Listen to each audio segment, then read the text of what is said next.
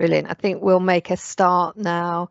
Welcome everybody to this vaping enforcement webinar this afternoon, hosted by ASH and the Association of Directors of Public Health. I'm Helen Atkinson. I'm going to chair this afternoon's session and try and keep us to time. Just before we start, I just wanted to say, obviously, we're very pleased that speakers were able to join us during this morning period for the country, and want to acknowledge that this is an emotional and important time for our country as we lose the only monarch most of us have ever known. Smoking has been an important issue for the royal family, with the deaths of both King George V and King George VI to smoking-related illness. The Duke of Gloucester became Ash's patron in acknowledgement of the impact that smoking had on his family. So it's only fitting that we continue this work today as a shared community with a vision for a future where smoking is no longer a killer. So we will make a start. And I'm going to start us off this afternoon. I think we move to the next slide, please. So I'll leave you just to have a look at the agenda for the afternoon. It is going to be incredibly tight, and we're hoping to get to some questions at the end of the session. But if we move on, and hopefully you'll get all of the information, just in basic housekeeping. So as you can see, the meeting is being recorded, and recording of the event will be circulated to all attendees and uploaded to the ASH webinar page after the event. Can all of you, so that's panelists and attendees, keep yourselves muted when you're not speaking and videos off unless you are presenting. ASH staff will mute anyone who is unmuted. So we encourage all attendees to submit questions and reflections, but due to the volume of people attending this afternoon, we've turned off the chat, so please email to admin@smokefreeaction.org.uk. And we really encourage everyone to respond to the evaluation that will be circulated after, and add additional questions there if you wish. And again, at the admin@smokefree.org.uk if you want to add any more questions. So any other issues, again, please email the team and we'll kick off. So I'm just going to say a few words as an opener.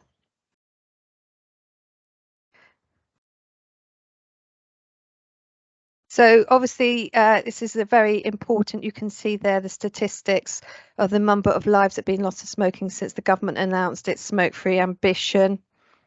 The lives of loss of smoking and inequalities caused by smoking must be at the heart of all of our response to vaping. That's so important. Smoking is a uniquely harmful product, and we want to really look this afternoon at the many tools to address this, including vaping, which is a very important tool that we have in our box to encourage and support people to stop smoking. This is a pivotal moment for tobacco control, and e-cigarettes are an important part of that goal for smoke-free 2030. So if we continue to the next slide, please. Here you see the end of smoking requires comprehensive action, and these are the must-dos, the critical recommendations. So huge apologies. Vaping for adults will be part of how we achieve this, but so will protecting young people, and that's the really critical balance that we're going to be covering this afternoon. These are critical recommendations from the Government Independent Khan Review. And underpinning this is the call for additional investment in enforcement. If we move to the next slide, please. And this, I suppose this is the key point, that we need to balance policy response. So we need to protect children on a precautionary principle. While there is limited evidence of harm or addiction, there is potential for both. And that's obviously really important in terms of the research and the evidence. Enforcement of the law is a vital strategy to protect legitimate market for adult smokers quitting, and how we communicate with elected members, professionals, public and smokers can impact on broader public health objectives. So today our task is to navigate this very, very difficult nuance. So if we move to the next slide, please. So really, this is to say what comes next. So OHID have commissioned independent review of the evidence on vaping from King's, so which will have a focus on the health impact. So it's going to be really important for us. Future waves of data from ASH and UCL. So next is the SDDU wave, not until 2023. We really want to ensure that we've got materials for those working on the front line, so further materials for schools coming, and an FAQ on enforcement issues following this event. Oh, I'm trying to get back to, yeah. So if we move on to our first speaker, who's going to be Hazel, who you're all very familiar with. Hazel Cheeseman, as you know, is the Deputy Chief Exec at Action on Smoking Health, ASH. She works on the forefront of policy and speaks regularly to the press on tobacco and vaping related issues. So over to you, Hazel. Can you see my slides, Helen? I can, yes. To be struggling. There we go. Okay, well, I'm going to cover quite a lot of ground in my slides this afternoon, so I'll not waste any time. So I'm going to quickly touch on the guidance which ASH has produced recently on youth vaping, a more general guidance and one specifically for schools. I'm going to spend most of my presentation going through data from our YouGov surveys, which looks at the rate of vaping in the youth population, and then I'm also going to give some headlines from the adult survey too. There's quite a lot of content in these slides. You will get them afterwards. I might move quite quickly through some of it, but hopefully you'll be able to kind of get the key information. So just if there's a link here, and you'll have it in the slides, and we'll also, hopefully you've seen it already. Anyway, this guidance that we produced recently with support from CTSI, from ADPH and other partners on youth vaping, and it's got, you know, the key messages around vaping and youth use of e-cigarettes, summary of the evidence, key messages for particular stakeholders, so schools and parents, bit of myth busting, and some content as well on the regulatory side. So it's been well received. We hope it's a useful resource for people who are looking at developing their approaches locally. But we also heard from schools that they wanted a bit more support on sort of the approach they should be taking within schools. I mean, that's not the main thrust of our discussion today, but to say that we have produced something, particularly if you're being asked by schools for resources around e-cigarettes, then this document's very short. It's only a couple of sides, but it links out to other information on vaping and gives schools a bit of a starting point on the approach that they can be taking to e-cigarettes. So just to look at the key messages which are in that guidance. So I won't spend a lot of time on these, as you can look at them in more detail in the briefing. But these are the kind of key points that the briefing is communicating. So first of all, as Helen was saying, vaping is not risk-free, and we're not arguing that it is, but that vaping is much less harmful than smoking and is now a proven quitting aid for adult smokers, and has helped, you know, many thousand adults to stop. So as Helen was saying at the beginning, it's this briefing and the conversation we're having today is about how do we strike the balance in the right way between protecting children and facilitating adult smokers to switch. It's an offence to sell e-cigarettes and other vaping products that contain nicotine or tobacco to people that are under the age of 18, and we link in the document to where people can make complaints, and also you know, we have regulations around the advertising and promotion of products. I think we'll probably talk perhaps a little bit today about whether those regulations are everything that we would want them to be, but we do have regulations, and complaints can be made to the ASA where they are breached. Adverse reactions can obviously be reported via the MHRA, and hopefully we will hear from the MHRA later about working with them. But the thing I'm going to spend most of the time talking about is, yes, we have seen an increase in the rate of vaping among young people, but the notion that this is a public health catastrophe, that this is somehow spiralling massively out of control, is not supported by our data, nor, I would say, supported by the data that was published recently from the Smoking, Drinking, Drug Use Survey. And I'll go through what we have in our data now.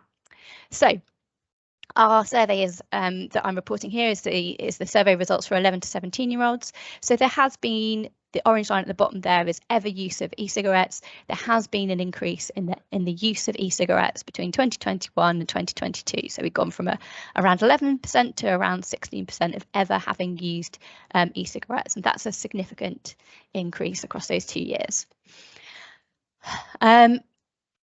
But it's not the same when we look at smoking, and this is also true of the smoking, drinking, drug use survey. So we have this decline in the use of cigarettes over time. 2021 was a big drop in smoking and vaping, as you'll see there. So the orange line is ever smoked, and the black line is ever use of e-cigarettes.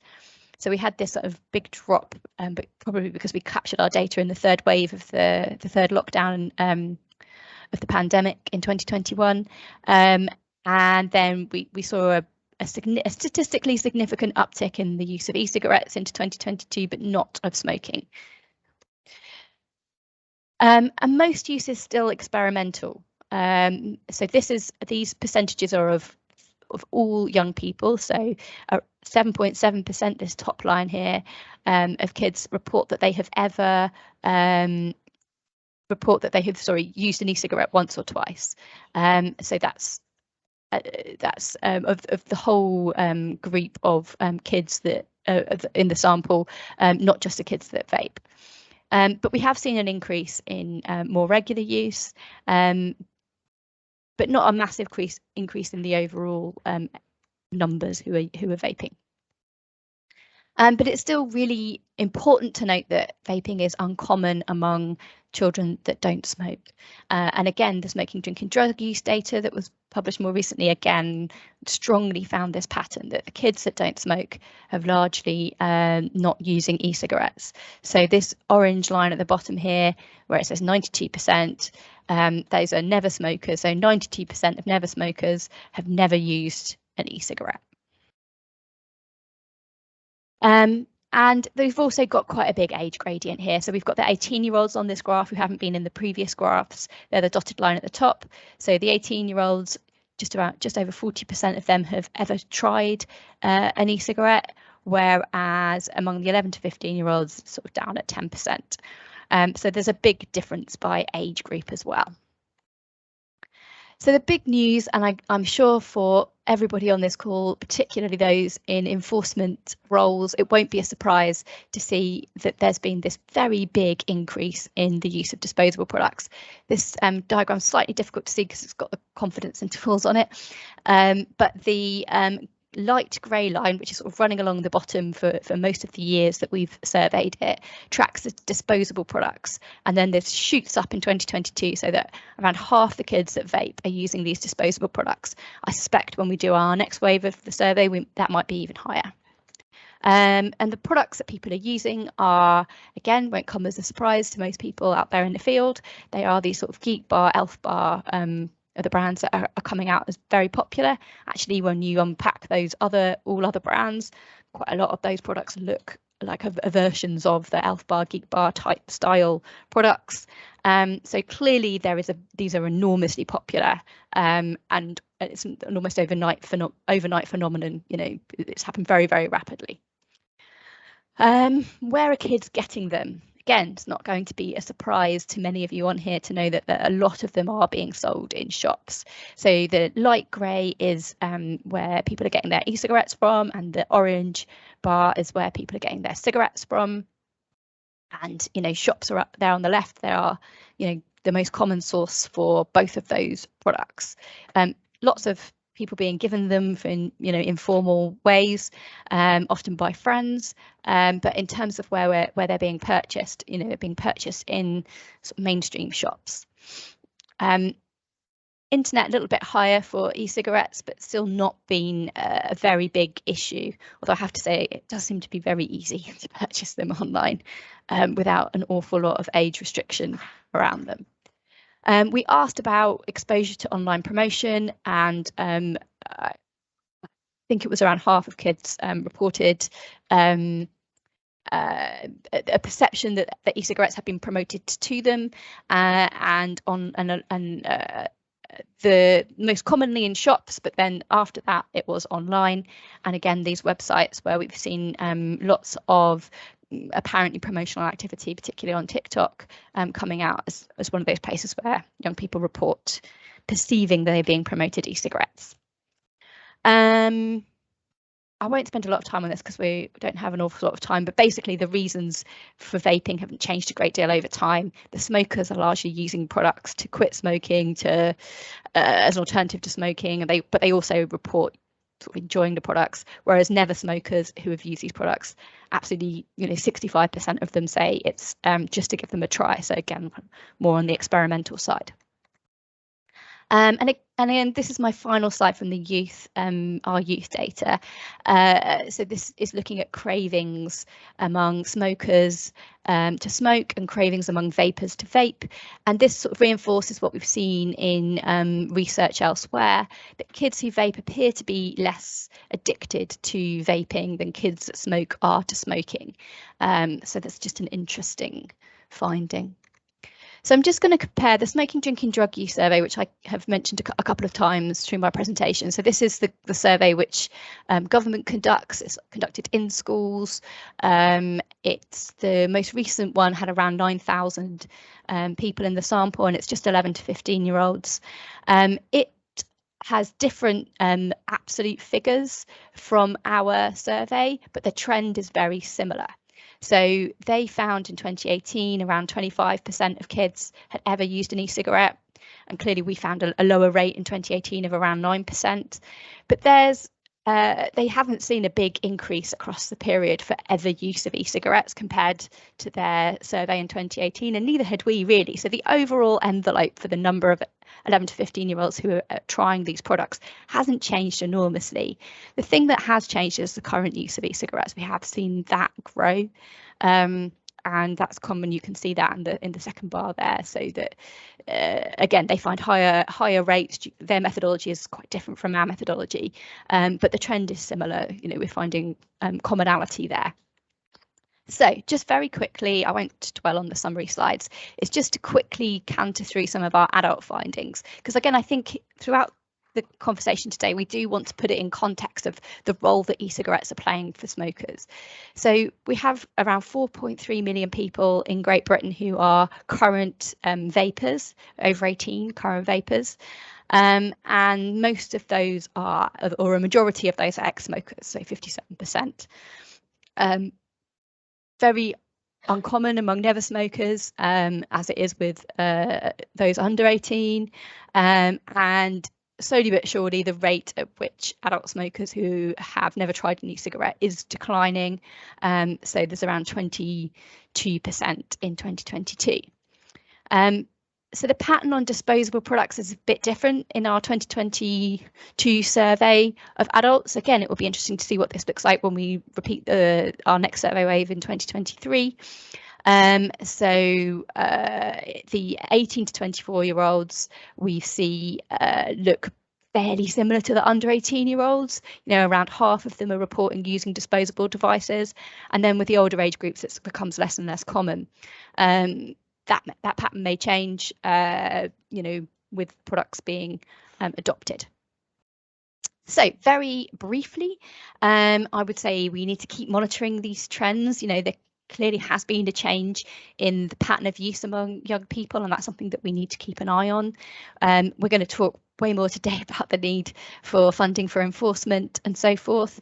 And I think today's event's not so much about how we might further regulate products, but Ash is certainly interested in what the options might be to further regulate the kind of child-friendly aspects of promotion in a way that wouldn't inhibit adult smokers from taking up the products. But a balanced approach is key in all of this, and I will stop at this point. Thank you, Hazel. Very informative and very useful presentation. So we're going to pass next to our next speaker from OHID, Office of Health Inequalities, I would say Inequities and Disparities, no, Improvement and Disparities. Huge apologies, Dara. Findings, so Dara's going to talk to us about the findings from the test purchasing report. And Dara Doyle, as many of you will know, is the policy manager for tobacco control policy at and I'm going to get it correct this time, the Office for Health Inequalities and Disparities. I actually think it's health improvement, but don't like to correct it. Yes, I thought it was. Unfortunately, that's why on my briefing it says inequalities, but you're very welcome, Dara, and I'm going to pass over to you next. Yeah, thanks Helen, and thanks Hazel for setting the scene. So I'm going to talk to you briefly about kind of setting the scene on non-compliant products and adherence to age of sale. So there's two enforcement projects that the Department of Health commissioned recently. So one was looking at the, nicotine inhaling products, and one was addressing business compliance with the nicotine inhaling product regulations, which is age of sale and proxy purchasing. So age of sale at the moment, under vaping regulations, it's illegal to sell or illegal to buy on the behalf of anyone under the ages of 18. And in terms of product standards, they are set out in the TRPR, the Tobacco and Related Products Regulations, a number of product standards that businesses have to adhere by onto the UK market. So that's what we kind of wanted to look at. We anecdotally over the past year, we've heard of kind of non-compliance within shops. We hadn't yet seen the data as being shown by ASH and the SCDD, but we wanted to make a head start on it. So we commissioned CTSI to run these two projects. MHRA very much helped with the distributors of nicotine inhaling products, the business compliance side of it. So that's looking at suppliers and producers. So if you can go to my, don't know who's controlling the screen, but if you can go to my next slide, thank you. So yeah, the first project was on the distributors of nicotine inhaling products. MHRA identified a number of premises where they had suspicions of non-compliant products, and these were generally products that were above nicotine strength coming from American and Chinese markets that hadn't been able to supply on those markets. So generally speaking, they come to us, and MHRA identified 30 importers, and from there, they conducting their investigations, they found that out of the 140,000 products that were compliant, there were 44,000 products that were also non-compliant. And action was taken by local trading standards, seizure, and recording, essentially, why they were non-compliant, and that was mainly to do with packaging, oversize, and display.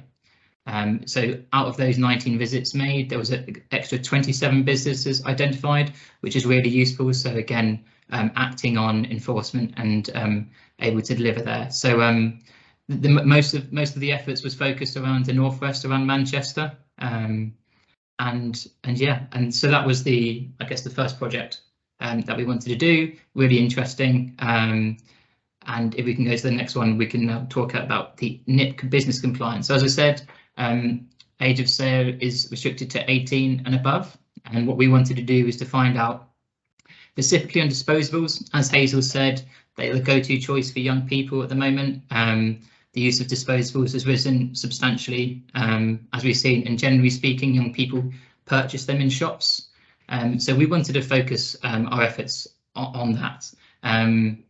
So we wanted to assess the levels of compliance with the nicotine inhaling products, age of sale requirements, and previously to this, we commissioned CTSI to run tobacco focus surveys, and they asked LAs, and previously they've asked LAs to respond to the survey to see what their tobacco and vaping enforcement has been like in their areas. But since 2020, we haven't run those, mainly because of COVID and funding issues. So we wanted to put that back on the radar to see where we are and how we compare to 2018. So the main findings, so we conducted 442 tests, and of those 145 occasions, there was successful purchase made, which made it a 33% non-compliance of underage sales. 40% of attempts purchased, particularly by 16, resulted in a sale. So that's 16-year-olds. There was, I think the ages were from 15 to 17. We didn't go lower than 15. And of the products purchased, again, they were disposable products. 25% of those were non-compliant. Now, this was a byproduct. We didn't particularly want to look at compliant versus non-compliant products in shops, in retail premises. This was something that we found through this work. So I mean, really interesting, and also worrying that there's a lot of non-compliant products on the market at the moment in retail shops. Just to say, funding was distributed to the 9 regions of trading standards, and we got a good response from each trading standards, which is really good. So this is breaking the retail premise down. So majority of our work focused on convenience stores, but I mean, I think a few retail premises to note. Specialist e-cig suppliers also had particularly bad enforcement,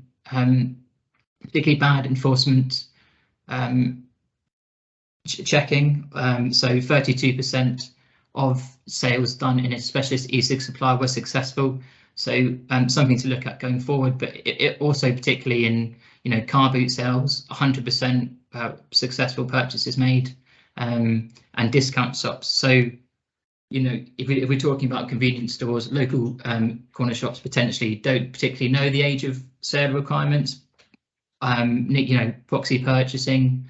So we need to probably do some work there. But yeah, that's what we found. And I've kind of compared it to the 18 to 19 figures the last time we looked at, just so you can show that even though you can see that there's non-compliance even in 2018 and 2019. But obviously, the problem we have now is the market's changed, and there's a big demand now. Before, there wasn't particularly big demand, even though the rate of illegal sales hasn't particularly changed. Next slide, please. Yeah, so this is the representation over time. As I say, it's been lingering about 31%, 39% over time. But yeah, so the access to market has always been there, like I said, but the demand hasn't. We saw 40% in 2018, 2019. We think that was potentially because of a lack of LAs submitting to the survey. But yeah, generally speaking, it's been hovering around 30% non-compliant products for about 5 years now. Next slide. That's great, thank you. So yeah, we found similar observations between female and male volunteers. The North East had a particularly high success rate of 44%.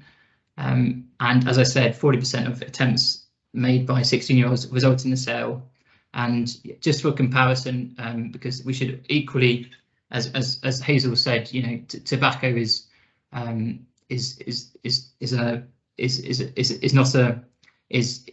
more harmful than vaping. So we need to be proportionate in terms of our enforcement action. And generally speaking, is 12 to 15% for tobacco for underage sales. But yeah, I don't think, unless there's any questions, but I think we're doing questions at the end. That's it from me. Thank you, Dara. That's Thanks, great. So we will pass on to our next presentation, which is issues for local enforcement. And Oli Jewel from Trading Standards in Kent County Council is going to present to us. And just a little background on Oli. He's the Principal Trading Standards Officer in Kent County Council. His role is specialised specifically in illicit alcohol, tobacco and underage sales, as well as petroleum and explosives. So over to you, Oli. Thank you very much, Helen. Yeah, so we'll go straight on to the next slide since you've introduced me so well. So this session was really almost a sprint through some of the problems that we have as local enforcers. So for those of you who are on the session, if you're in trading standards, it's more sort of reflecting some of the issues that you might be encountering, so that we're all in this together, and then just sort of bringing just giving a flavour to everybody else on the call as to what are some of the problems that we face, why it is we can't just get out there and deal with it. So it's really important to say from the outset that despite any negativity that sort of might put across, it absolutely isn't every shop, it isn't every child going out buying the products, and it's not every single product on the shelves, but it is. But the ones that do cause us the problems are the ones that's causing us a disproportionate amount of time, burden on our services, and so it's what can we do in the future to try and remedy that. to try and look at the issues, say for the versus local enforcers, I'll sort of put under the three headings to try and encompass it. So the shops, products and enforcement, and then look more widely and think how that impacts us locally, so what we can do as local enforcers. If you can move on to the next slide, please. I suppose I should start out by saying I think disposable e-cigarettes, they've certainly got their place in the market. Recognise their place in helping people to come off of other tobacco products. But we as enforcers look at the regulation. We're trying to ensure consistency of the products out there and the businesses selling them. In part to maintain the general public's confidence in products and what they can do for them, because we don't want e-cigarettes as a whole genre sort of being undermined and sort of people turning back to tobacco. If we start looking at the shops, so under these sort of three broad categories, some of the problems we have with them. So started out by looking at the shops that are unwittingly selling illegal vapes. We've seen in the survey the number of different types of shops that could be selling e-cigarette devices, and so we look at the local convenience shop, the supermarkets, specialist e-cigarette retailers, petrol stations, and then we get onto the others, the mobile phone type shops, the discount shops, boot fairs, markets, etc. And so there are so many shops that we have to deal with, and that in itself poses a massive problem to us as local enforcement, because if a senior officer says to me, it's like, right, we've got a problem in Kent, we think we need to advise the businesses. It isn't quite as simple as, okay, I'll pack my bag for the day and I'll go around and tell every shops, and we certainly don't have a list of all the shops that are going to be selling these products to send out a nice little mail shops. So we have so many that we need to deal with, but those that are, I say, in terms of those unwittingly selling illegal vapes, they certainly haven't set out to commit any crime. In fact, the number we speak to who might say is like, well, I've seen other shops selling these same products, and if they're selling them and I can buy them on the shelves of my wholesaler, I didn't think I was doing anything wrong. And we do have to have a degree of sort of understanding, at least, as to where they're coming from. Next, I've also mentioned with the shops, the underage sales. Obviously, we've just sort of heard about some of the survey data. As local enforcers, obviously, many of us, we will be intelligence-led in the work that we do. So if we're considering or planning for an underage sales operation, the first thing we'll be looking at is where are the reports, what shops, what products do we have reports about, and where do we need to act on. And where some of the information's coming through, sort of talk about a spike of 2,000% of complaints being made about e-cigarettes, that is where we have to focus our attention. So not only is that extra work, almost say extra workload on us as trading standards officers, but it's going to detract from our almost our traditional work on other age products such as alcohol and tobacco. Questions might be asked why we've got those spikes on those sales. Obviously, we're looking at other survey data which describes the number of young people who have ever used these products as having a modest uptick, but maybe so not perhaps representative of the number of complaints we get. Obviously, we have to consider the amount of media activity perhaps that might come about just as a result of our own other enforcement activity. So there's been a number of sort of articles in the press of late which has drawn people's attention to disposable e-cigarettes as a, let's say, the new problem area, but also young people. I think they're a lot less shy about using these products. It's not like a cigarette where they're going to hide in a back alley to smoke the cigarette. I think we're probably also quite familiar with seeing a young person quite openly sort of puffing away on a disposable product and then sort of popping it back in their pocket after they've had a couple of puffs. So I think there's some of the reasons why we see these increases in reports to us. On the shops, again, say there'll be those that are persistently selling illegal vapes, and I mean I'll probably sort of pull them in with the other nuisance products, which I, thanks to Google, and my nice little picture there was to represent. They said the bong and vape shop on 97th Street in America. I think any enforcement officer who's probably sort of had to deal with almost like I say a nuisance vape shop, they'll be well familiar with the type of shop I mean. Alongside shelves and shelves full of vapes, there'll also be the water pipes, the grinders, other drugs paraphernalia. They are the ones which, certainly from my experience, probably do cause the most disproportionate amount of drain on our resources, when these are probably the same ones that we are having to go back to time and time again, and they'll be the ones asking us, why are you picking on us? And the answer quite simply will be, you are the ones that are generating the most complaints, the most number of issues, and when you are continuing to sell and blatantly sell some of these illegal products, they will be the focus of our attention. Last point I had on that slide was CSE, and I was talking over the slides earlier this week. I was a little bit torn about including it, but I also felt it'd be wrong to ignore it. Again, as I say, when we talk about it, it's not every shop, not every member of staff, and absolutely it's not every e-cigarette vendor. I felt it'd be wrong to not include it just because of the anecdotal reports that we do receive, and I suppose the extra drain and sort of process that has to go into it when we're receiving a number of our complaints through the police, and talking about so young people going into these shops and developing perhaps inappropriate relationships with some of the members of staff. If we can go on to the next one, please. So products, I think we sort of mentioned earlier, as enforcement officers, first things first, establishing a capacity of a device. If I'm asked, sort of doing a bit on the radio, and they say to me, he's like, how as a member of the public, can we identify an illegal device? Well, I always say one of the easiest things is like, well, is it above capacity? And some products will state the capacity on the packaging, but legally they're not required to do so.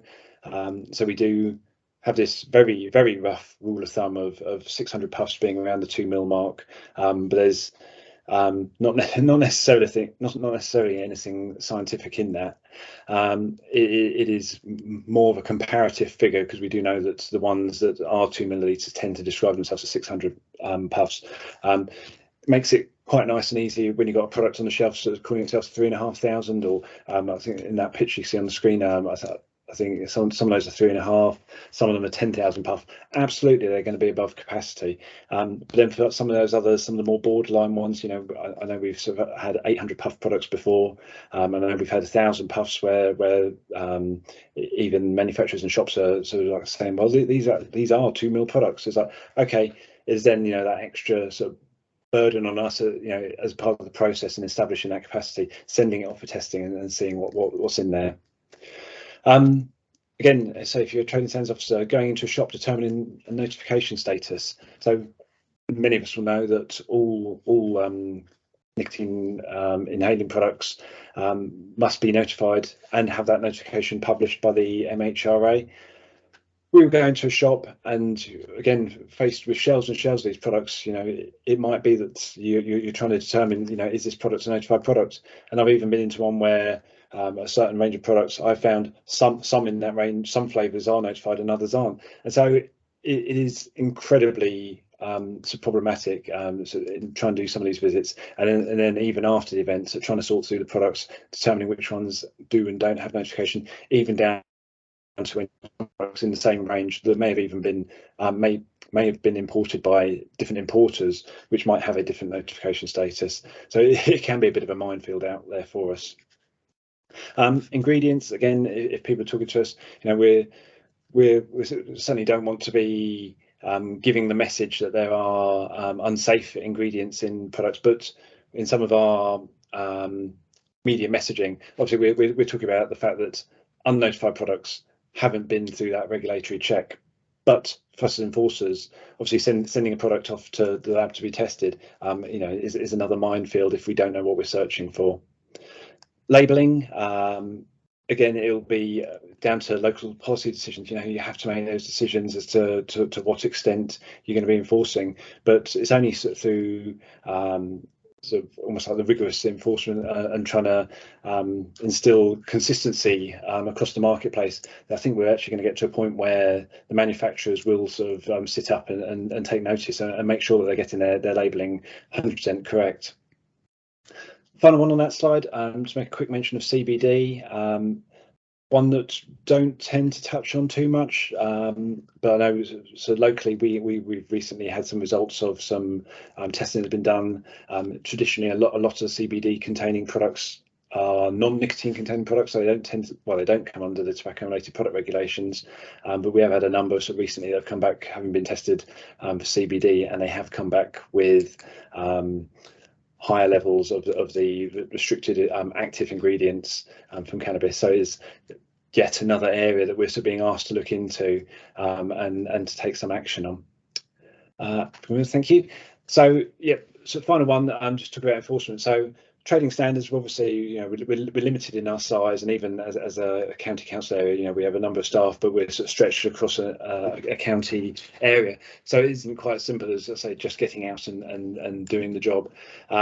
Not only so the sheer number of shops, the sheer number of products that we're having to look at, then once we've actually gone out and done the job, having to look at sort of storing and disposing of the products, how that all fits in with the legal process. Again, up to local policy decisions, but just to try and sort of give you a picture, a flavour of some of the issues. That picture was one from earlier this year. If you ignore the box of whiskey right in the middle, that was all taken out of one shop in an afternoon.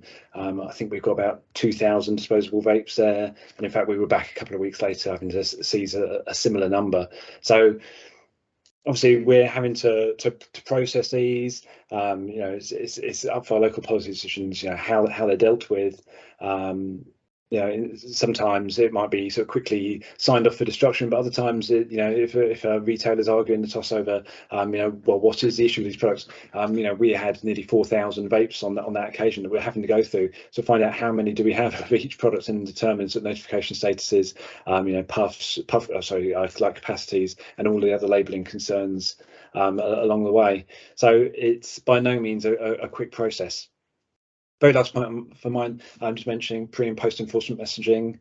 So the pre side again is talking about that, the advice to businesses, how we go about doing it and how we get that consistent messaging out there. But then, as I say, is almost like a challenge for us as local enforcers, the post enforcement, when we're being asked to speak to the media, or if we're being asked to help schools with so what they need to tell their pupils. I don't personally sort of feel comfortable in giving that educational message. I think and we'll have speakers later on. Hopefully we'll end with the ASH guidance, and we'll have something to sort of start working from.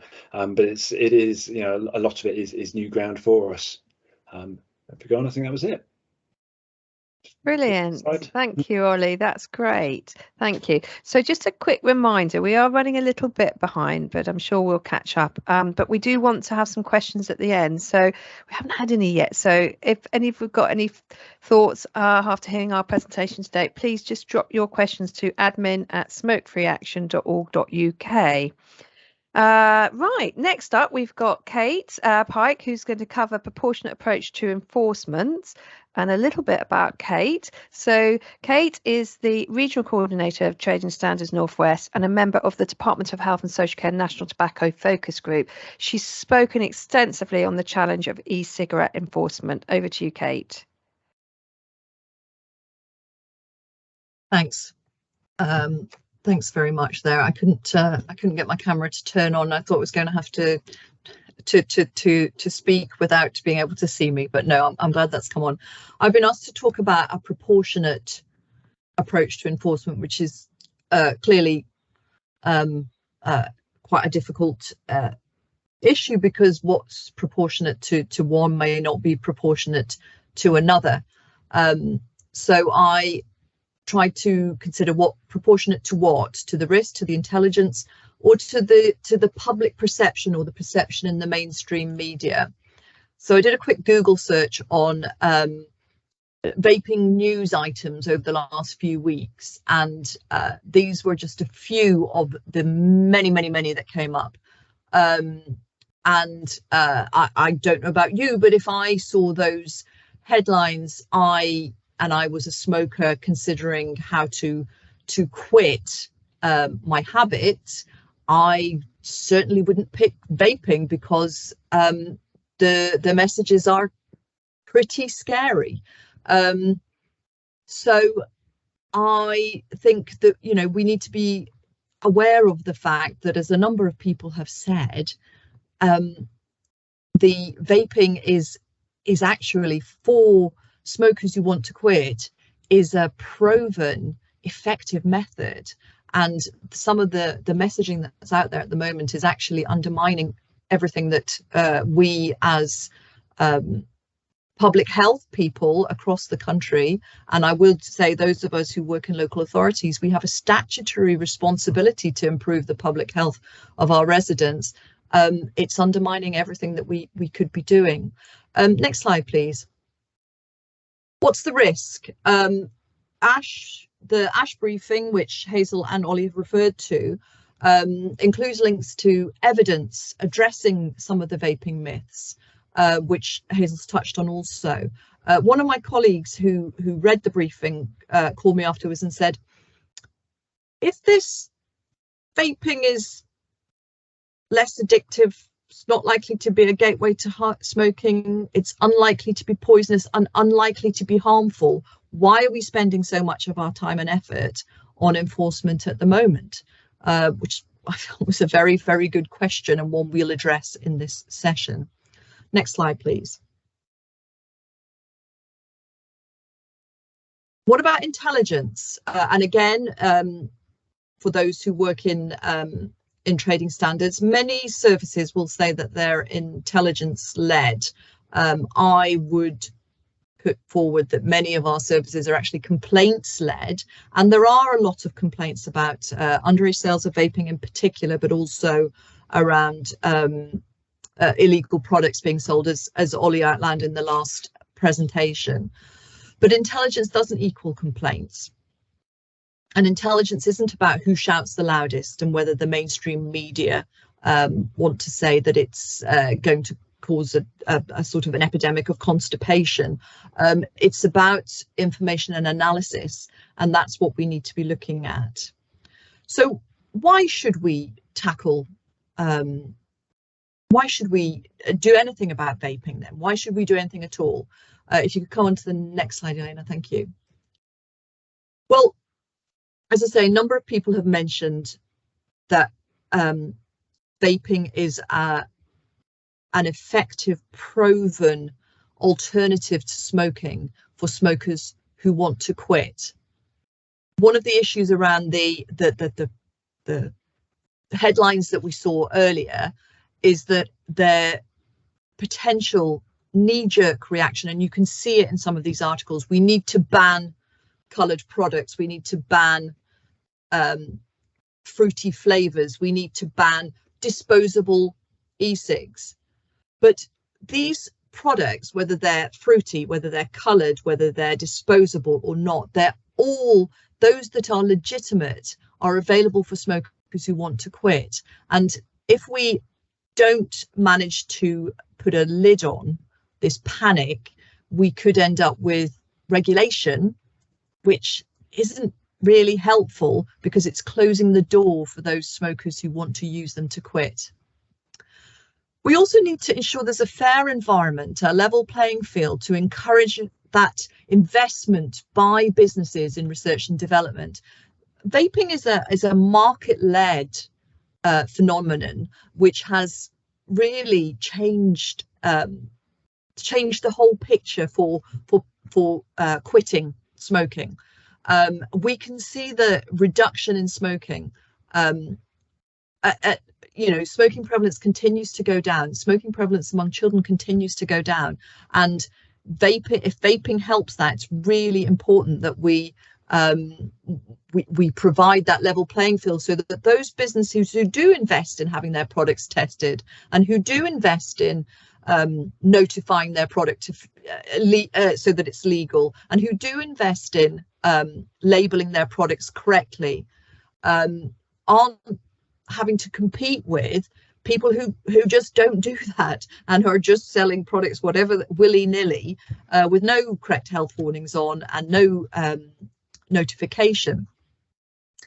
The other thing we need to remember is that there is some evidence, and Oli touched on it in his presentation, that organised crime are now involved in vapes. Now, it's not a surprise. Organised criminality is all about making money from commodities, and we're very familiar with that, where it touches on drugs, where it touches on tobacco, of course, even human beings, the trafficking of human beings. And the fact that vapes are a very attractive product will mean that organised crime will be involved. And it's part of our role in local authorities to contribute to that that protection, protecting our communities from that criminality. So could I have the next slide, please? So our Trading Standards Northwest approach, which may be very, very similar to the approach that you're taking in different regions, is first of all, we want to really understand the market. So we took part in both of the projects which Dara outlined earlier, and you will see from his note that we have contributed significantly, particularly to the distribution project. We have run an age-restricted sales survey with school children from 2005 right through every couple of years, and we are currently preparing this year's survey and expanding the section on vaping so that we can really get to grips with what children are buying, where they're buying it from, why they're buying it, and just to get some really important data to help us target our work. Oli and others have referred to education and guidance for retailers. Obviously, it isn't our responsibility to stop retailers selling to under 18s, and it isn't our responsibility to make retailers source their products properly. It's their responsibility. They want to sell an age-restricted product. They want to sell a poisonous, a product which has safety regulations around it. They need to make sure that they're complying. But our role is to support them in doing that, and we are looking for a consistent approach across the region to do that. And then we'll enforce in a very targeted way, and we're using MHRA, the management of risk and law enforcement, which many people on this call will be very, very familiar with, to ensure that we can target the most impactful targets. We'll look to communicate effectively with the public to try to lessen this concern while protecting the market, to ensure that those who might want to use vapes to quit aren't put off by messages which suggest that they're going to have to use an inhaler for the rest of their life simply because they vaped. We're also looking as a region at disposal, and we're talking to companies about how we can dispose the seized products in the most environmentally, the least environmentally unfriendly way, should I say, removing the batteries, recycling the plastic and packaging. And as always, we will protect our work from the tobacco industry. And I know Hazel's going to talk about 5.3 later, but 5.3 is that the Framework Convention on Tobacco Control, to which the UK government is a signatory, compels us all in local and regional and central government to protect our work from the tobacco industry. And that's all of our work from the tobacco industry. And even when they may put a front up to suggest that they've got the health of the nation in mind, I would remind you their profits come from combustible tobacco.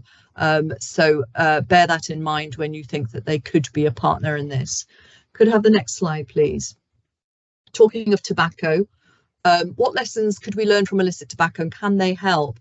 Well, actually, that's really important and helpful, because I'm not sure if it was Helen or Hazel earlier said that this webinar was about navigating the nuance, and that's exactly what we have to do with illicit tobacco. Navigate the nuance between ensuring that people are aware of illicit tobacco and that it needs to be tackled, but without over egging the pudding. It is the evidence shows that making people feel comfortable about illicit tobacco increases the prevalence. And we know that when news reports go out saying, oh, it's everywhere, it's an epidemic, you can buy it from every shop in this area, which are particularly beloved by the tobacco industry, but don't get me wrong, also by some trading standards departments, it makes people feel comfortable about selling and comfortable about buying. And we really need to tackle messages like that, in the same way that when you get messages saying illicit tobacco contains all sorts of poisonous chemicals and are really dangerous, well, all tobacco contains all sorts of poisonous chemicals and are really dangerous. So we do need to remember those lessons from illicit tobacco. We need to navigate the nuance between tackling a problem and not making it such a big deal that people think, oh, do you know what, everybody's doing it, there's no point doing anything about it. No one, as I've said there, supplies illicit tobacco by mistake or unknowingly, but certainly people within the e-cig vaping market, they are potentially doing it by mistake or unknowingly. So we need to support them, as Oli said earlier. And finally, this most important part of my presentation on proportionate enforcement is to say keep calm, keep the lid on the panic, and carry on being brilliant trading standards officers. So thank you very much. Thank you so much, Kate. And on that note, we're going to move over to effective communications now. And I'm going to introduce you to Catherine Taylor, a little bit about Catherine. So Catherine Taylor is the Regulation Manager at Smoking and Alcohol Charities Fresh and Balance, who I know you'll all be aware of. So Regional Programme Coordinator for Fresh Smoke Free North East, the UK's first dedicated regional programme for tobacco control, which has now been in place, hasn't it, Catherine, for many years. So over to you, Catherine. Thank you, Helen. Yes, so I'm here to talk about effective communication, so we can move straight on then to the next slide, because I want to go through kind of three key objectives of this session. And the first one is around placing vaping within the context of broader tobacco control communications. Secondly, it's around providing guidance to you to support the use of evidence-based messages in our communications, and also to ensure the messaging that we put out there supports both adult smokers who want to quit smoking, but also really importantly protects young people as well. So we'll move on to the next slide. And many of you will be familiar with the quote that people smoke for the nicotine, but they sadly die from the tar. And that really reflects the addictive nature of tobacco products, but that it's not the nicotine that ultimately kills smokers. It's the carbon monoxide, the 6,000 and odd different other toxins, many of which are known to cause cancer, lung disease, heart disease, COPD, etc. It is still our biggest preventable cause of death and illness, with around 2/3 of smokers dying early. And it is the most lethal consumer product that kills exactly when used as intended by the manufacturer. So we have a huge challenge here. So we'll move on to the next slide, because I think most of us know that most smokers want to quit. They wish they'd never started to smoke in the first place. They certainly don't want their children or grandchildren to start smoking. So we really need to help them, and that's by taking a comprehensive approach. There is no single silver bullet to reducing smoking rates. What we need is a strategy with many components all working together synergistically. So the chart on the right here outlines the fresh approach that we've been taking in the northeast of England, which outlines 8 key strands, and we've been taking this approach for over 17 years now, and we have seen smoking rates decline up here from 29% back in 2005 when we first started, down to just over 15% at the last count. But we recognise, as is the case up and down the country, that there are still higher smoking rates among some of our key priority groups, like people who work in routine and manual occupations and people who have long-term mental health conditions. And we know that many of these smokers want to quit just as much as smokers in the general population want to do. But for many reasons, they find it much harder to do so, and we need to make sure that we're giving them the best possible chance of quitting. So to move on, a key strand of the fresh approach is to deliver year-round media and communications, and we focus very much on communicating the health harms of tobacco. There is still a low awareness among smokers of the health risks. They underestimate the risks to their own health in terms of the chances of developing a smoking-related disease. And many who do want to quit lack the confidence in their ability to do so. So we need to make sure they have a range of options available to do them and to support their quit attempts. We're also working really closely with the NHS to make sure that smoking is considered as a long-term relapsing chronic condition, and that we need to treat tobacco dependency. And I'll just mention here that we do have a new campaign website, freshquit.co.uk, which was just launched in the last couple of weeks. So please do take a look at that to look at our campaigns. So moving on then to regulatory colleagues who, as Kate said, are really crucial to tobacco control efforts. Without your evidence, many of the regulations that we have in place for tobacco just simply wouldn't exist. We know you're doing an amazing job at supporting compliance and delivering enforcement, which really importantly puts out that deterrent message for those businesses and those retailers who do flout the law. Through your role, you're raising awareness among the public and among stakeholders of key issues, and obviously you're understanding the motives and the tactics of the tobacco industry who try to influence their work, and really importantly putting up those safeguards against that. You are a key part of our strategic approach locally through your local authorities, through regional structures and also nationally. And I've just picked out two key issues here. Illicit tobacco, that's already been mentioned as a key contributor to health inequalities, but also your role on communicating on vaping, and that's what I want to focus on now. So we'll move on, because there are two key universal priorities that unite us in tobacco control. It's to address the urgent and pressing need to reduce smoking rates, which is smoking is needlessly killing people. And secondly, we need to protect children from harm. So to do this, we need to stay linked in with all of our tobacco control colleagues through local alliances, feeding into local alliance plans, etc. We need to keep up to date with the latest evidence and data, some of which Hazel has already run through. We're so fortunate to have regular monitoring and tracking, and that absolutely needs to continue. And I guess our mission in all of this is to communicate effectively the facts, so not personal opinions or hearsay from a colleague of a colleague, but the facts, and get those out to the public and also to a wide range of stakeholders, many of whom are relying on yourselves to inform them on these key issues, because they won't be as informed as you are. So we'll move on, because I've set out some key principles here in terms of approaching communications. And of course, let the public and let colleagues know when enforcement action has taken place. This is really important. It is that deterrent message for those who do break the law. But the important thing is to make available the facts. What surrounded that enforcement activity? Was it underage sales? Was it non-compliant products? Be really accurate, and also avoid, where we can, exaggerating the facts. Place all of the action in the broader context of tobacco control, and part of that is around addressing the need to ensure that young people don't vape, but also cover the potential benefits of vaping products to smokers. I guess by focusing all vaping messages on the risks to young people and taking that singular approach, we do risk leading people to overestimate the risks of vaping. It leads adults to consider vapes as being more dangerous or as dangerous than smoking tobacco, and it reduces the likelihood of a smoker who might be trying or considering an e-cigarette to quit smoking.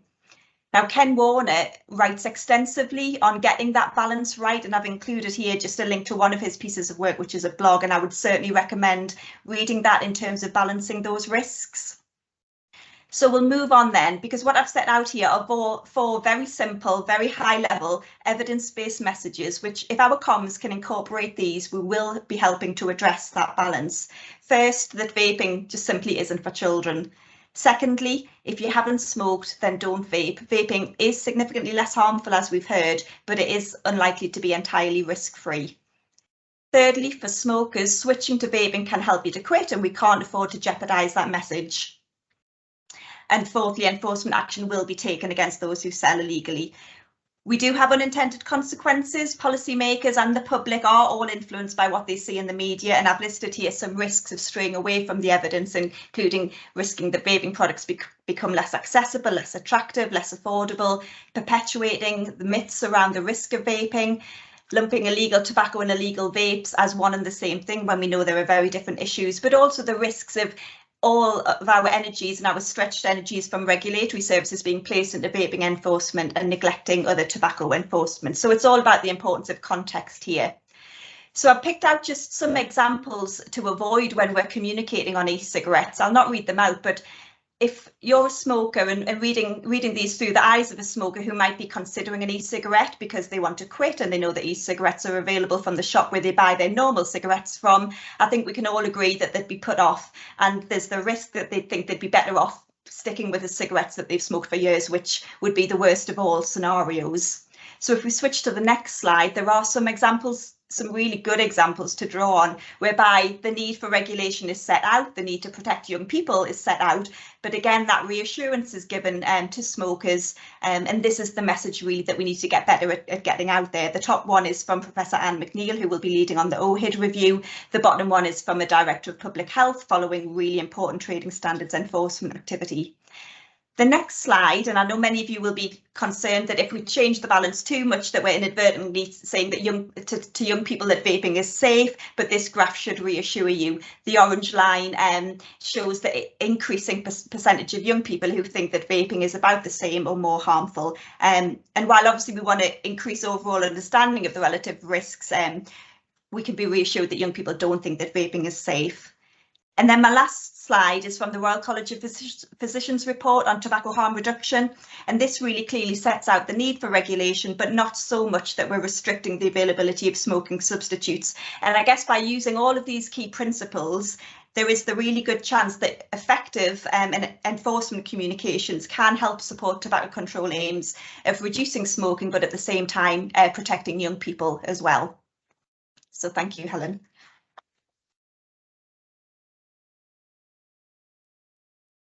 Thank you so much, Catherine. Right, that was really helpful, and I think everyone will get a copy of all of the slides, which I'm sure will be very helpful for you taking some of this forward. Right, now I'm going to move on to our next speaker then. Conscious we've got 3 more speakers, and so the next few are going to be a bit quicker.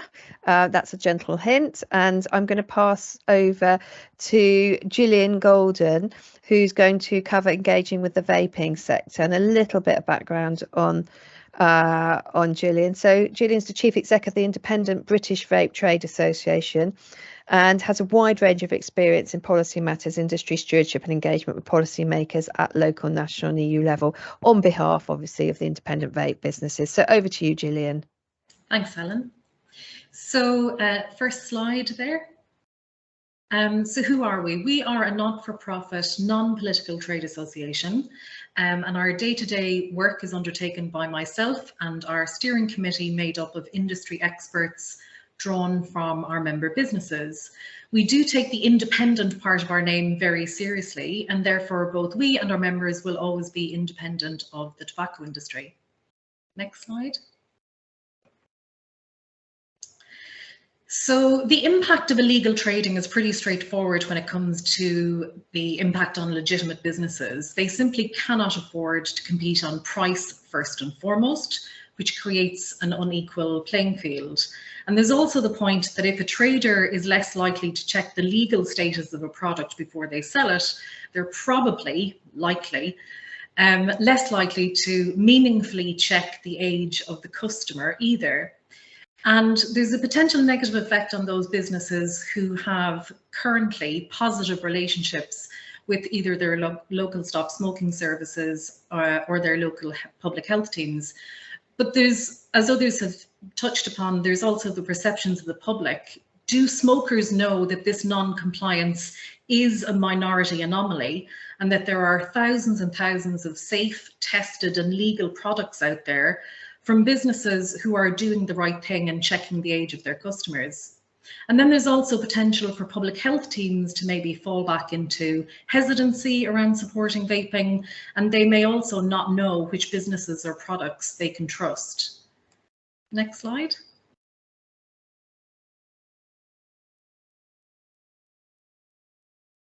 Next slide there.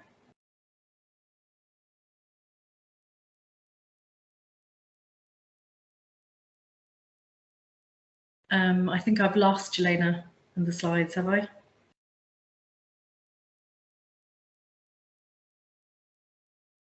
The slides are showing. Slides are showing, sorry. So we have a primary authority partnership with Kent County Council, and you'll have heard Oli speak earlier. We're extremely proud of how that PA partnership has led to greater understanding and expertise. And so for any other trading standards teams on the call today, please do feel free to use our PA as a resource. Next slide.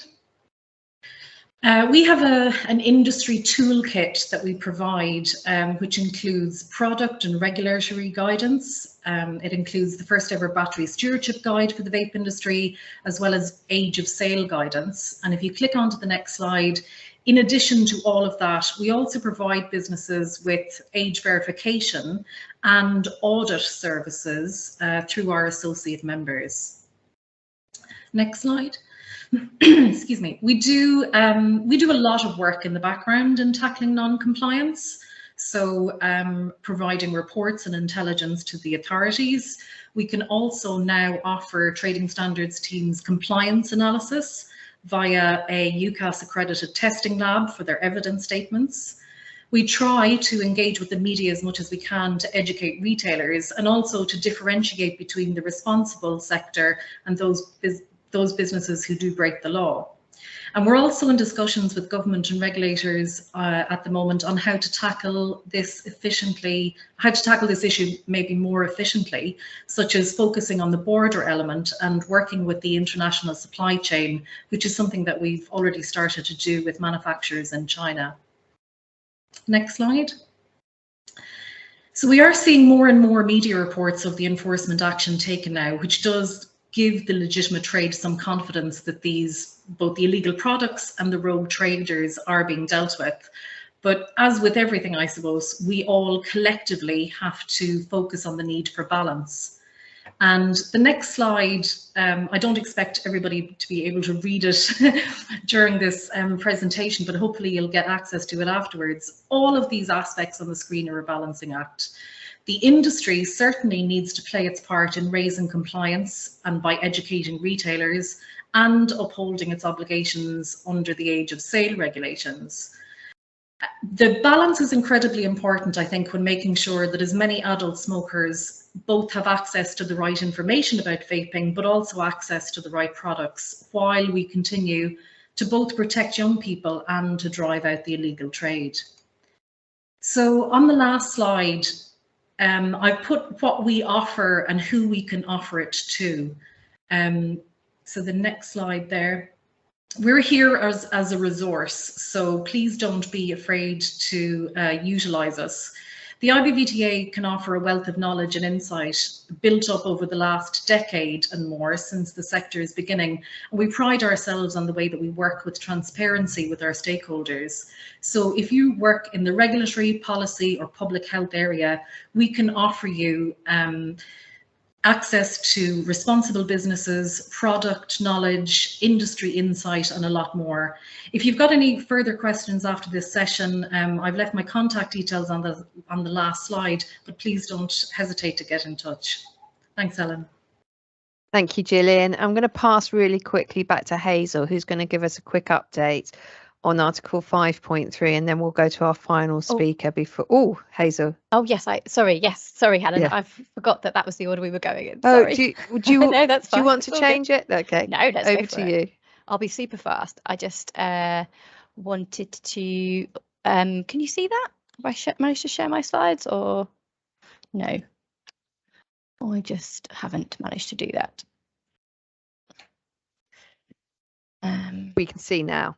Great. Okay, this is a very quick canter. So just to remind people, I'm sure many people on here know about Article 5.3 of the Framework Convention on Tobacco Control, the World Health Organization treaty that the UK is a party to, that we have an obligation to protect health policy from the commercial and vested interests of the tobacco company. So this doesn't apply to organisations that are only vaping companies or linked to vaping commercial interests. It does apply to organisations linked to the major tobacco companies. Of course, this doesn't mean that it excludes any contact with industry linked organisations, and contact is appropriate when it's necessary to regulate, but it needs to be limited and transparent. A very brief note, so we're pleased to be joined by the Independent Vaping Association, but we want to make clear that the UK Vaping Industry Association does have all of the tobacco industry, the big multinational tobacco industry companies as members. They have, we know, been proactively engaging with many of you, seeking to have meetings, invite you to events and so forth, and that to remind people about the guidelines to the treaty, which are clear that to engage with the UK VIA in that way would breach our obligations under the treaty, although the UK VIA has on their website stated that they have a different view. But the Public Health Minister is on the record being clear that to adhere with Article 5.3, the UK government will not be working with the UK VIA. And then there's some further resources here. So we have a toolkit on Article 5.3, which Ash produced with IPIP a few years ago. And there's also some guidance for trading standards from the Illicit Tobacco Partnership. I'll commend both of those to you. They have been produced a few years ago, but the content's still relevant now. That is all I was going to say, Helen, so I will stop. Thank you, Hazel. I'm now going to pass on. I'm really conscious of time, but I'm going to pass on to our last speaker, who is who's going to cover the role of the MHRA. So that's Dami Elugbadebo, and I'm going to give you a little bit of information background about Dami. He is from the Medicines and Healthcare Products Regulatory Agency, has worked for the MHRA. E-cigarettes has been an e-cigarettes assessor for the last 5 years, responsible for ensuring the safety of products covered under TRPR. His role involves providing technical and regulatory guidance to submitters, processing and assessment of submitted products, liaising with trade and enforcement bodies to ensure compliance with the market. Gosh, over to you, Dami. Can you? Brilliant. Good afternoon, everyone. Hope you're well. I'll just dive straight in. Let's move on to the first slide, please. Now, we're looking into a post-Brexit regulatory environment. From 1st of January 2021, the MHRA has delivered a dedicated Great Britain-only submission portal, the MHRA Submissions Portal. And what we've done is ensured that we provide continuity for existing products by retaining current ECRDs and submitter IDs. We have further added additional functionality, such as immediate online payment for these services, which the idea is to speed up the process, both on the submitters end and ideally for ourselves as well. Currently, it is still very busy. We have a total number of published products, over 55,000. Over 12,000 of which have been successfully notified post-Brexit. Looking at the GB notification product, we would like to clarify that a product is successfully notified after following several steps. Firstly, being the product submissions successfully validated by MHRA submissions, obviously fee being paid. Most important, completion of successful manual assessment prior to publication on the MHRA website. So there is a distinction between products that are submitted and notified, because we have picked up on several instances where, you have companies putting products on the market, being caught with these products by enforcement agencies and saying that, they've submitted it to the MHRA. Submission is not the same as successfully notified. So if we can move on to the next slide, please. I won't spend too much time here. This is just to give you an overview of the background work that we do following a submission of a product all the way through to publication on the MHRA portal. So it's just a brief breakdown that you can look through, I suppose, through your own time. There's a lot of detail that goes into that, but it just kind of highlights the work that we do, work that's done by the notifiers, what we expect, etc. So I'll move on briefly from that. So what stops the publication of submissions? This is a very varied area. Firstly, we say submission data missing mandatory requirement for system validation. I would skip fee payment unsuccessful, as we have recently implemented automatic payment on submission. We have non-compliant toxicology, emissions and ingredients data, which we look at during the assessment process. We also look for responsible persons information section to be complete.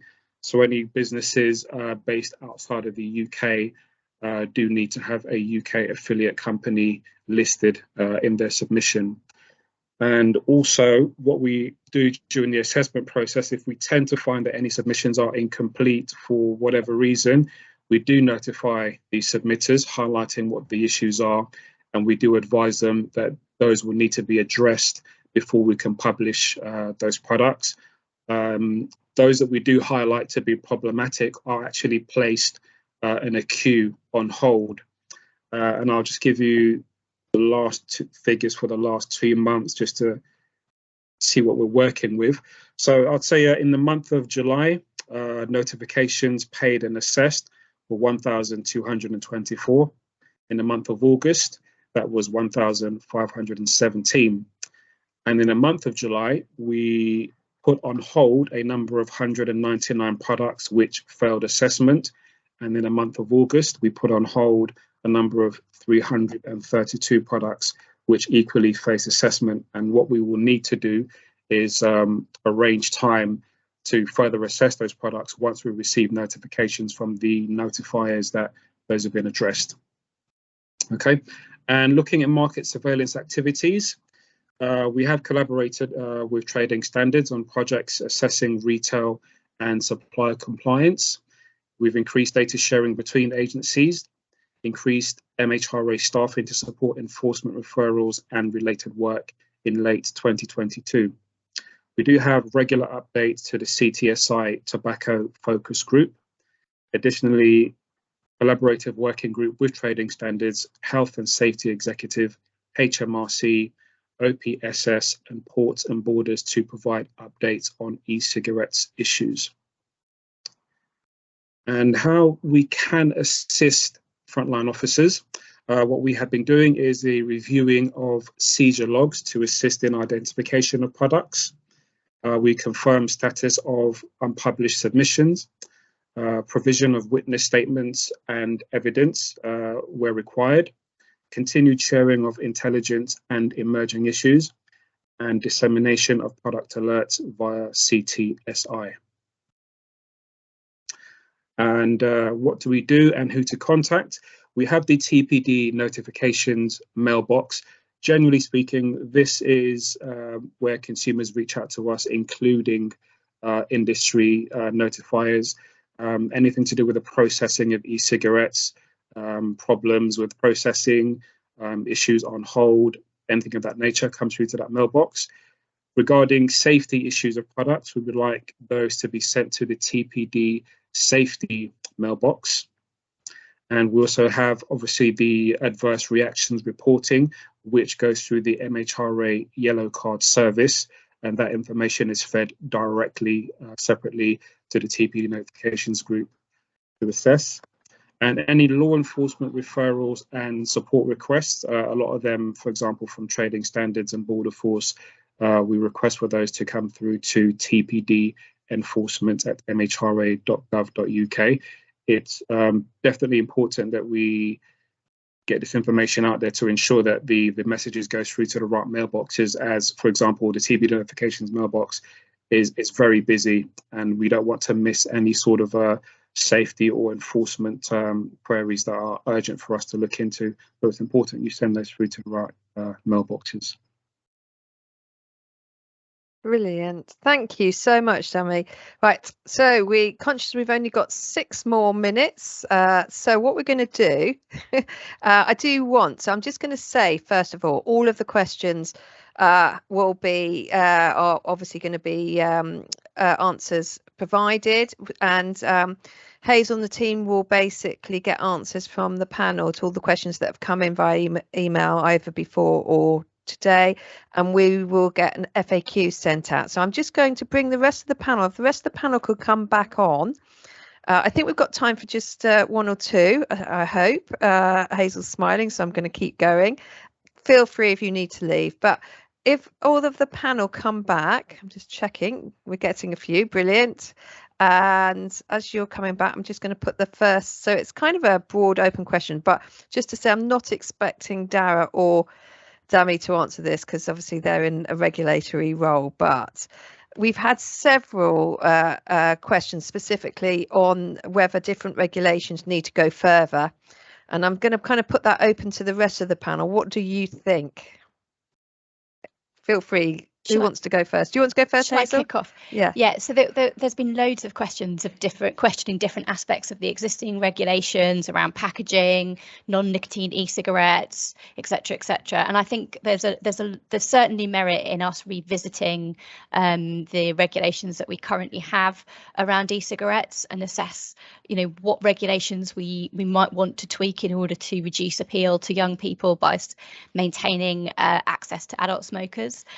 One of there are all sorts of things that Ash would be particularly interested in looking at, but packaging is something that we would certainly like there to be both a bit more research around and then an exploration of whether regulations could go further. The very brightly coloured packaging that we've been seeing around these disposable products, the labelling of flavours in very, very appealing ways, is that strictly necessary for these products to play their public health role? Are there ways of limiting some of the appeal side of this in a way that frankly probably would be useful for enforcement, because it would reduce the likelihood that young people were out trying to find products to purchase. But I gave a comment over the weekend to the Daily Mail, I think, who had this fidget spinner e-cigarette. You just think, these are not necessary for people who are trying to quit smoking. So I think our priority would be, let's have a look at the packaging and see if there's some further regulations that we could bring in there. But also there are some loopholes that we should just mop up, like the fact that you can give e-cigarettes out for free. So that would be my start of a 10. Anybody else want to come in? Anything else different from what Hazel's already said? All right, I'm going to ask you a bit more of a specific question then. So what do we do about disposing of illegal vapes? I'm going to go to, I think probably to Kate and Oli specifically. Who wants to go first? Kate. Well, that's a really good question. I think there's two issues. One, disposable vapes. How should disposable vapes be disposed of, even when they're not illegal? I think that I think we need to address that. I think we need industry to help, because even though they're not illegal, I'm guessing we don't want them in landfill. In terms of what we can do with our ones that we've seized, I've said before, we're talking to disposal companies about how we can do that in a least environmentally unfriendly way as possible, taking the batteries out, recycling the plastic, recycling the packaging. But I do think there's a bigger discussion that needs to be had about actually disposal of disposable vapes in their entirety. We don't want to move from a product like cigarettes, which are one of the most littered, if not the most littered product in the world, to one that's just as bad or potentially worse for the environment. So I think there's a bigger discussion there. Thank you, Kate. Anything else to add, Oli? No, just, echoing what Kate said there. We have had some discussions about, the fact that disposable vapes technically could just be disposed of without any sort of further processing, but it's not something we feel particularly comfortable with in the first place.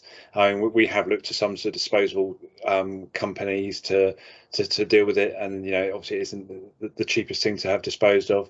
I know there have been some discussions sort of more nationally about whether there be some sort of almost like a fighting fund to help trading standards authorities in getting rid of some of these products. So to say, again, for us as a department, storing these things is a massive problem for us.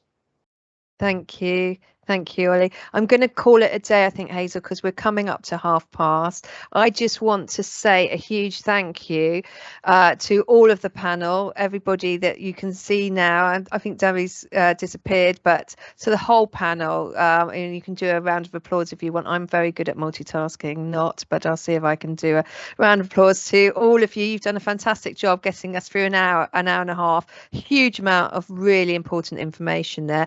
Just to say, really encourage you you all to do your, you will get your form. Do you know, I've gone completely blank. What form is it? Evaluation That's it. form. Thank you. That's the trouble. Evaluation form. If you want to add any final questions, Hazel and the team will put all of the questions back to the panel. They'll get answers and that'll be sent out as an FAQ. And lastly, I would like to thank all of you. According to, at one point, I think we had about 650 people on the call. I've never chaired a meeting with so many people, so it just shows you how important vaping is, and particularly that what we called that nuanced balance, I think is what you called it, Kate. How we deal with both encouraging adults to use vaping for their quit attempt to give up smoking, but also then not promoting to children. Hugely important area. Really thank all of you. It's 3:31. Thank you all, and hopefully see you again.